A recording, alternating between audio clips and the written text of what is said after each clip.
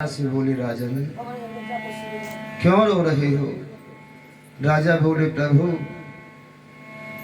मैं एक राजा हूँ, धन दौलत व्यापार है मेरे यहाँ, सर्व सुख संपन्न हूँ, लेकिन इतना सब कुछ होने पर भी ये जीवन एक संतान के बिना सूना सूना दिखाई देता है। जैसे मंदिर सूनो सूनो भगवान के बिना रे, मंदिर सुनो सुनो हो भगवान के बिना रे, मंदिर सुनो भगवान के बिना रे, मंदिर सुनो इंसान सुनो सुनो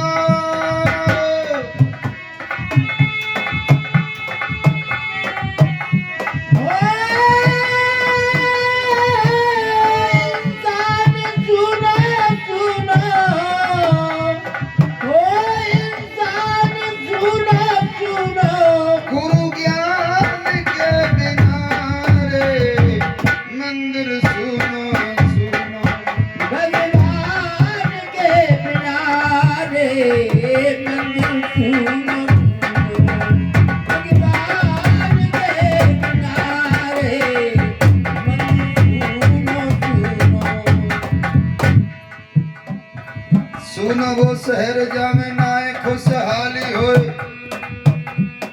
सुनो वो अमीर जाने भी कहू न डाली होए, सुनो वो मीर जाने भी कहू न डाली होए, सुनो वो मीर जाने भी कहू न डाली होए, सुनो वो शहर जामे नाए खुशहाली होए, अरे सुनो जो शहर जामे कोई नाए खुशहाली होए, सुनो वो अमीर जाने भी कहू न डाली होए, हो सुनो वो मीर जाने भी कहू न डाली होए, सुनो वो मीर जाने भी कहू न डाली होए, सुनो वो बगीचा जामे नाए कोई माली होए, सुनो जो बगीचा जामे कोई नाए माली होए, सुनो वो बगीचा जामे कोई नाए माली होए, सो धनवान सुनो सुनो हो धनवान सुनो सुनो, संतान के बिना रे, मंदिर सुनो सुनो हो भगवान के बिना रे, मंदिर सुनो सुनो, भगवान के बिना रे, मंदिर सुनो सुनो।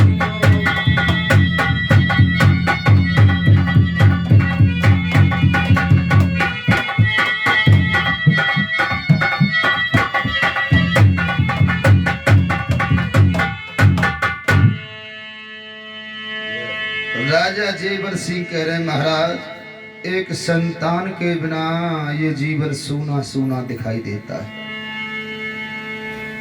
भगवान बोले हाँ, तो तुम संतान चाहते हो? राजा बोले हाँ, इतना ही चाहता हूं महाराज, मेरे संतान हो जाए, मेरा नाम चल जाए। नाम? हाँ।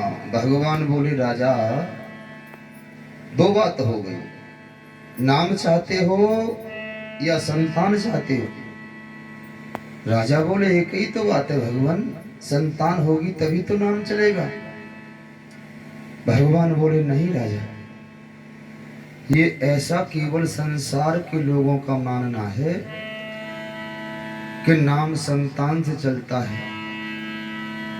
लेकिन जो संसार के लोगों का मानना होता है, सत्य उससे बिल्कुल उल्टा होता है, क्योंकि ये दुनिया झूठ की बुनियाद पर टिकी है।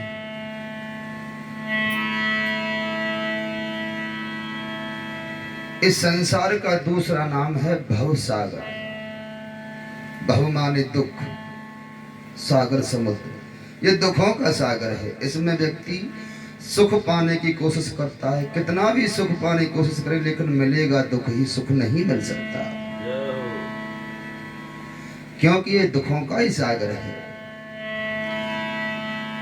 कोई तन दुखी, कोई मन दुखी, कोई धन बिन रहत उदास, थोड़े थोड़े सब दुखी, एक सुखी राम को दास।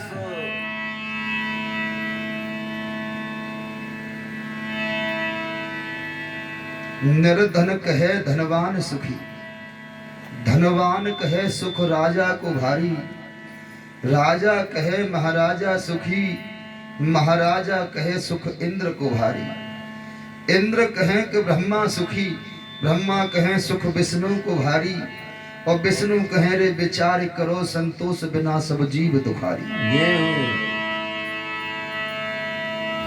संतोष ना है तो कछु ना है। तो भगवान कह रहे राजा, दुनिया के जो लोगों का मानना होता है सत्य बिल्कुल उससे उल्टा होता है। किसी का बच्चा नौकरी में लग जाए, रोजगार अच्छा चले, धन प्राप्ति अच्छी हो जाए, तो कहते हैं कि भगवान ने बड़ी कृपा कर दी सर। लेकिन भगवान कह रहे हैं, श्रीमद् भागवत महापुराण का लेख है, भगवान विष्णु ने कहा है कि जब मैं भक्त पर कृपा करता हूं तो उसका सब कुछ छीन लेता हूं। जैसे भक्त नरसी का हाल हुआ, सुदामा का हाल हुआ। और किसी का नुकसान हो जाए लाखों रुपए का, तुम मां जाके कह दियो कि तो पे कृपा कर दी भगवान, लड़ बैठे वो तुमते। लेकिन सत्य है वो, और सत्य कड़वा होता है हमेशा के लिए। तो राजा जेवर सिंह से भगवान कह रहे, राजा ये केवल संसार के लोगों का मानना है कि नाम संतान से चलता है, लेकिन ऐसा है नहीं। अगर नाम संतान से चलता है तो बताओ, 2-4 पीढ़ी बदल जाने के बाद कोई पूछता है कि मेरे परबाबा का बाबा कौन था, नाम खत्म हो जाता है राजन। लेकिन जिन लोगों का नाम आज भी अमर है इस दुनिया में और आगे भी रहेगा, वो संतान की खातिर नहीं है। भक्त ध्रुव, प्रहलाद, मीराबाई, हरिश्चंद्र, नरसी भक्त सभी जानते हैं लोगों को, लेकिन ये कोई नहीं जानता कि इनके बाबा कौन थे, कि इनके संतान कौन थे। क्यों? संतान की खातिर नहीं राजन, ये लोग धर्म पर चले, इन्होंने धर्म का रास्ता अपनाया। सो अगर वास्तविक तुम नाम चाहते हो तो धर्म के काम करो, धर्म के। और आजकल सबसे बड़ो काम धर्म को बताऊं, अगर काल के यहाँ विवाह शादी हो या जन्मदिन की पार्टी हो तो सौते पहले ठेका पे जावे हो, ठेका। हाँ, बात बड़ो धर्म को काम कोई ना रहे। और रिश्तेदार फोन करते हैं कि इंतजाम हतो है, कहाँ हतो है, तो आ रहे, और ना हत तो ना आ रही। हाँ बहुआ आवाज, हाँ भैया रिश्तेदार तो ऐसे आए हैं कि यहाँ कि एक केला दे देते हैं और बर्फी अन्नू ना खा, अन्नू ना खा, जागी रही भावना तैसी। तो राजा जेवर सिंह से भगवान कह रहे, राजन अगर संतान चाहते हो तो धर्म के काम करो, चौड़ाई पे कुआं खुदवाओ, प्याऊ लगवाओ, मंदिर बनवाओ, धर्मशाला बनवाओ, और आपकी दूसरी इच्छा भी पूरी हो जाएगी, संतान भी हो जाएगी तुम्हारी। एक लगवा दो 9 लखा 12 कोस चौड़ो, 12 कोस लंबो बगीचा लगवाओ। तुम्हारे बगीचा में बड़ी बड़ी दूर से आकर के संत महात्मा रुकेंगे, तुम्हारे बगीचा के मीठे फल खाएंगे, कुआं का ठंडा जल पिएंगे, शीतल छाया में विश्राम करेंगे। तो जब वो वहां से जाएंगे तो तुम्हें दुआ दे करके जाएंगे। तो यदि किसी संत महात्मा की दुआ लग जाएगी तो तुम्हारी संतान हो जाएगी। इतना कह करके राजा जेवर सिंह के यहाँ से भगवान चले गए। राजा ने अपने कामदार बुलवाए और 9 लखा भाग लगवा रहे।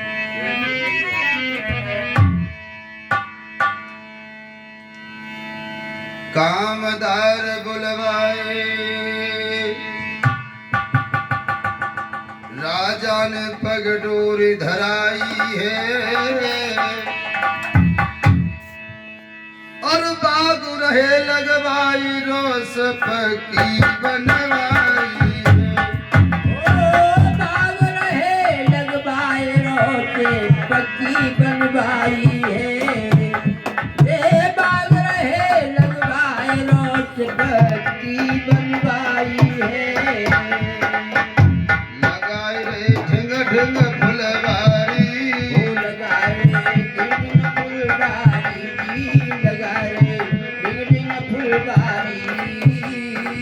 ताल दे खुदवाई बनाई दइए बर द्वारी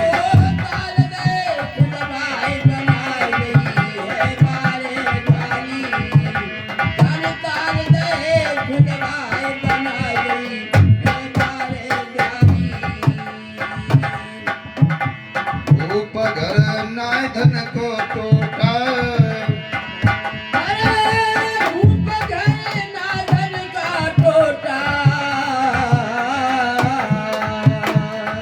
बारे बारे कोस खेच दे लंबे पर कोटा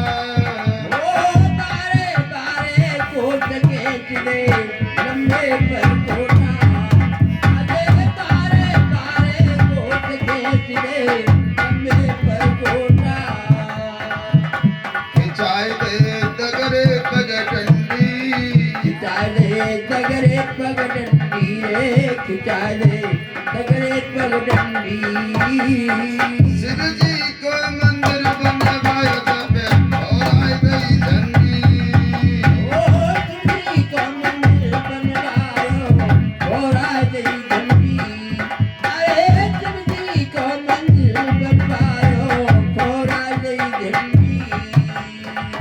लगवायो नौलखा बाग ओ बाग जा दगरे वाके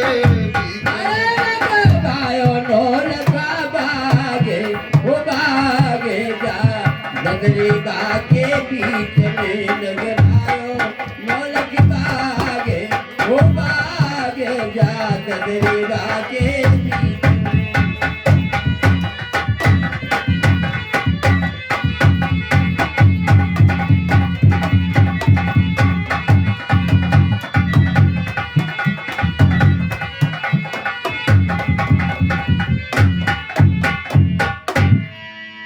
राजा जेवर सिंह ने नौलखा बाग लगवाया मंदिर बनवाए धर्मशालाएं बनवाई कुआ ताल खुदवाई 12 कोस चौड़ा 12 कोस लंबो बगीचा लगाए कि राजा ने उसमें माली रखवाली पर कर दिया जिसका नाम था हीरामन माली माली से कह दिया बेटा माली बाग लगाना हमारा काम था सो हमने लगा दिया अब काम तुम्हारा रह गया ऐसे सींचो और रखाओ इतना करे करके राजा जेवर सिंह महलों को चले आई उधर वो माली बगीचा में दिन रात मेहनत करने लगा खोद दई पानी दयो बीत गयो कछु काल रोते समान मेवा लगी जन कर दयो बाग बहार धीरे धीरे धीरे धीरे करके समय गुजरता चला गया राजा का बगीचा समय पा करके 12 वर्ष का हो गया जब 12 वर्ष का बगीचा हुआ तो उसमें फल फूल आने लगे और माली ने फल फूल आते देखे तो सोचने लगा कि चलो मेरी 12 साल की मेहनत वसूल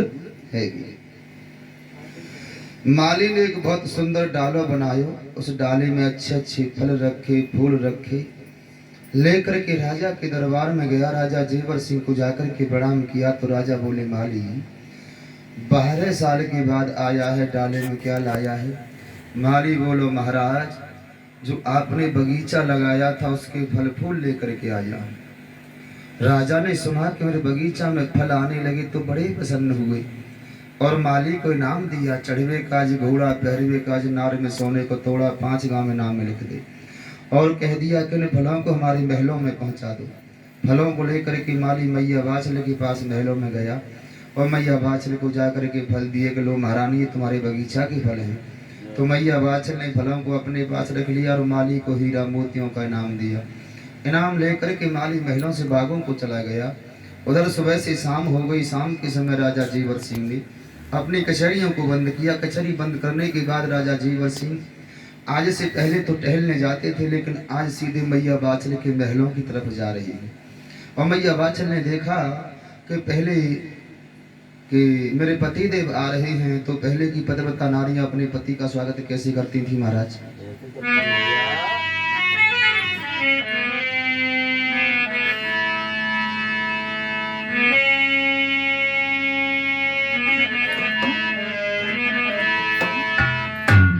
पति परमेश्वर आए। हाँ, पत्नी के लिए पति कौन होता है?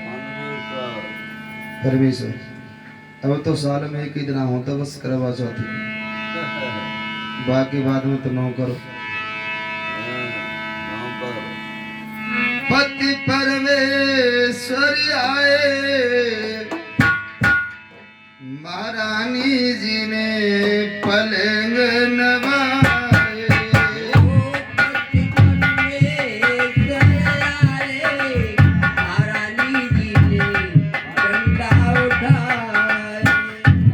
कल बात डंडा उठाई मैया वाचल ने। भैया तुम पहले जमाने की बात कर रहे हो अच्छा, और हम आज जमाने की बात कर रहे हैं। ले ओ ठीक रहे, आज कल की बात कर रहे हैं जी। आज कल लेकिन की कमी ना है महाराज। आज कल जब पति देव शाम को आम तक आए घर तो पौआ पी के झूमत भाई आम तक। फिर कहा हो भैया जी? हाँ बेटन नहीं ढंगी वो का करेंगे। पति परमेश्वर आए, महारानी जी ने पलंग नवाए।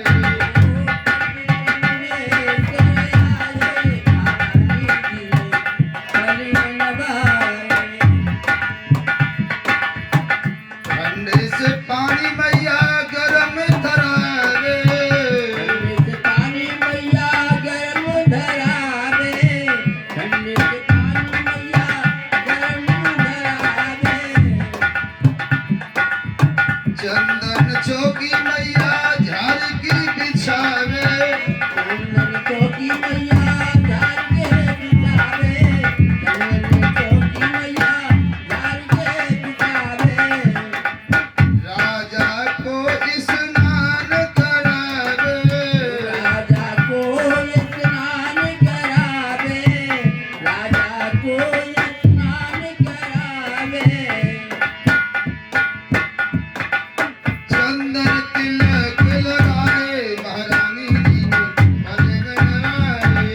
राजा महल में आए, महारानी जी ने पलंग नवाए।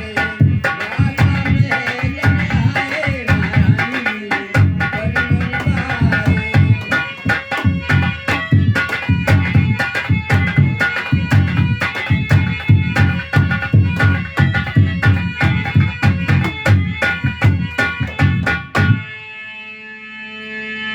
बोलो सच्चे दरबार की जय गोरक्षनाथ महाराज की।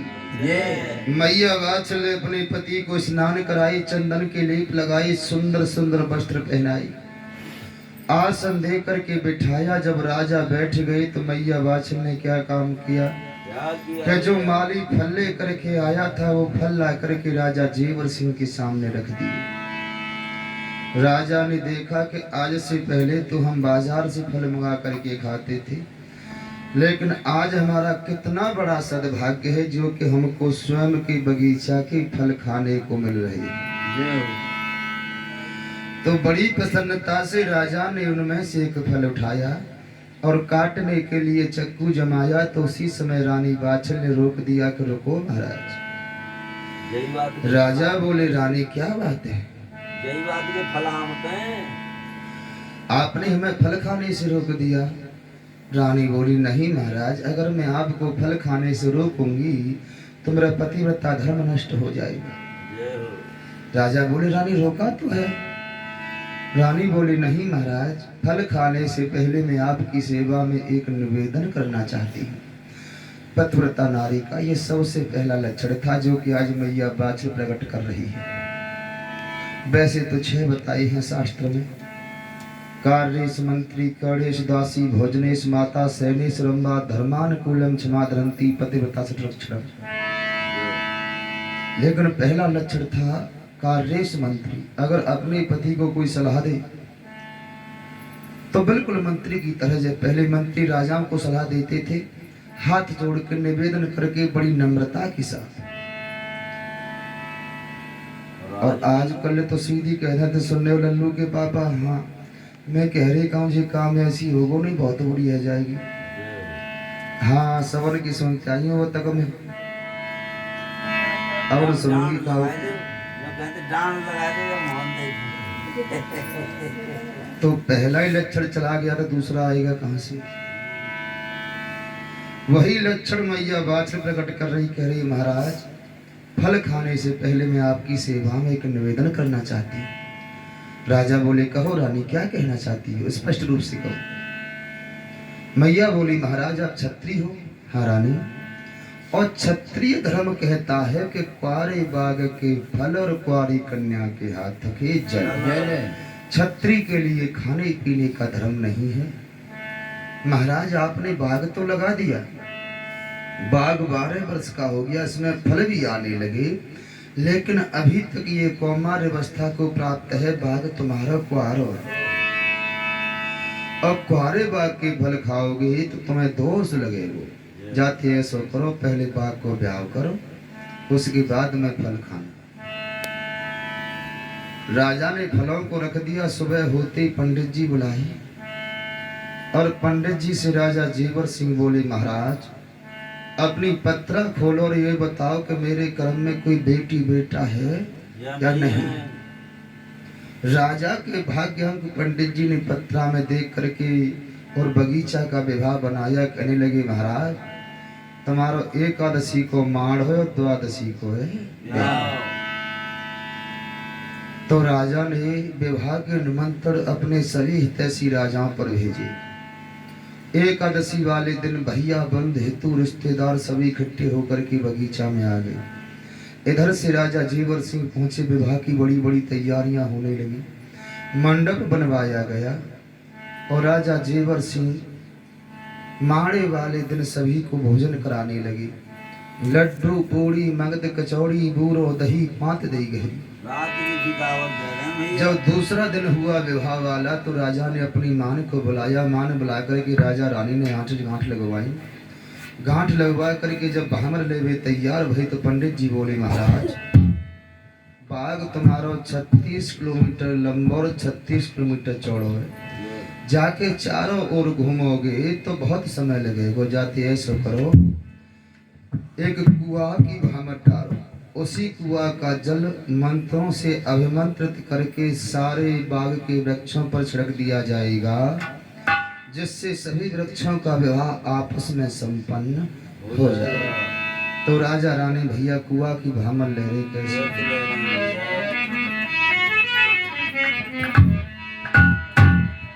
राजा कर तो बाग को ब्याह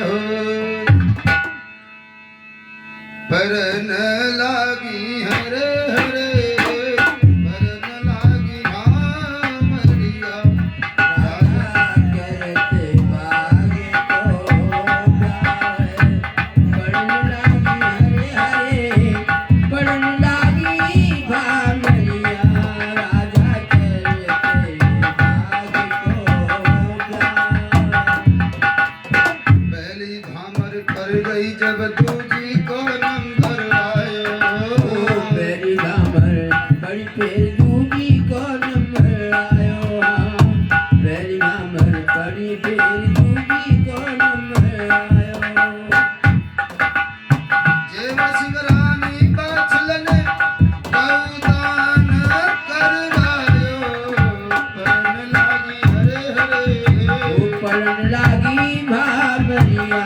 राजा करते बाग को ब्याह पड़न लागी हरे हरे पड़न लागी भामरिया। दूजी भामर पर गई जब तीजी को नंबर आयो।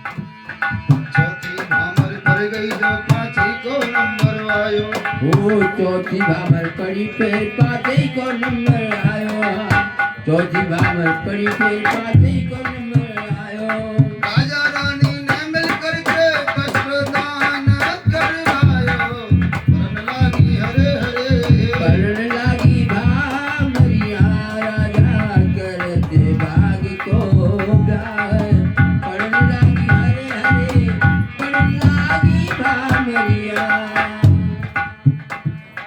पांचे भामर करके फिर चटमी को नंबर आयो ओ पाँच भामर पढ़ करके चटनी को नंबर आयो पाँच भामर पढ़ी फिर चटनी को नंबर आयो जेवर सिंह रानी बाछल ने घूमदान करवायो पढ़न लागी हरे हरे पढ़न लागी भामरिया राजा करते भाग को गाय पढ़न लागी हरे हरे पढ़न लागी भामरिया चटमी भामर पर गई जब साथी को नंबर आयो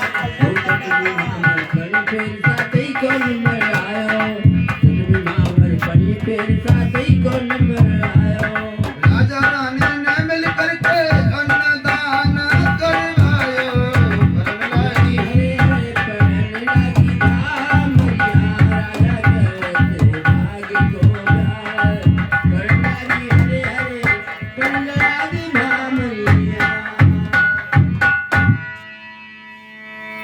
राजा जेवर सिंह ने इस प्रकार से नौलखा बाग में 7 भामर लई और 7 भामर में राजा ने 7 प्रकार के दान करे और 5 बासंत जो लाए होंगे। 5 बासन लाइयो विवाह संपन्न करने के बाद सभी रिश्तेदारों को विदा किया और राजा जेवर सिंह ने रानी बाछल से कहा, रानी हमने बाग लगाया, बाग 12 साल का हो गया, इसमें फल भी आने लगे, लेकिन अभी तक ये कौमार अवस्था को प्राप्त है। बाग तुम्हारा कुआरो है और कुआरे बाग को अब हमने विवाह कर दो, लेकिन अभी तक ये बगीचा हमने घूम करके नहीं देखा कि हमारा बाग कैसा है।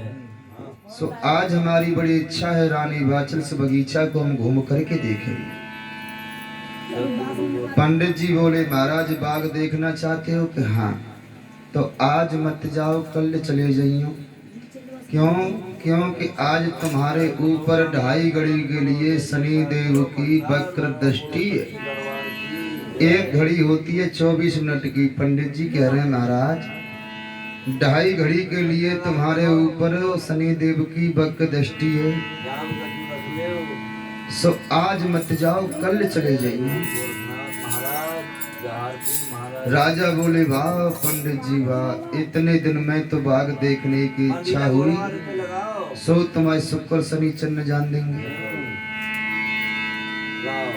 तो राजा जेवर सिंह बोले, पंडित जी शुक्र शनिचर कहाँ बिगाड़ेंगे, क्योंकि मैं राजा हूँ।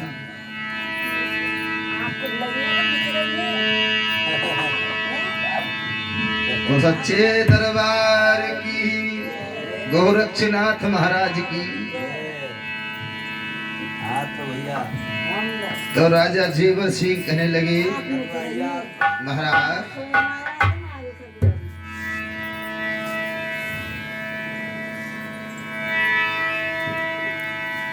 ब्राह्मणों की बात को हंस करके टाल दिया, बगीचा देखने को चले। तो न्याय के देवता शनि देव ने देखा किस राजा ने धन के अहंकार में ब्राह्मणों के परामर्श को ठुकरा दिया है।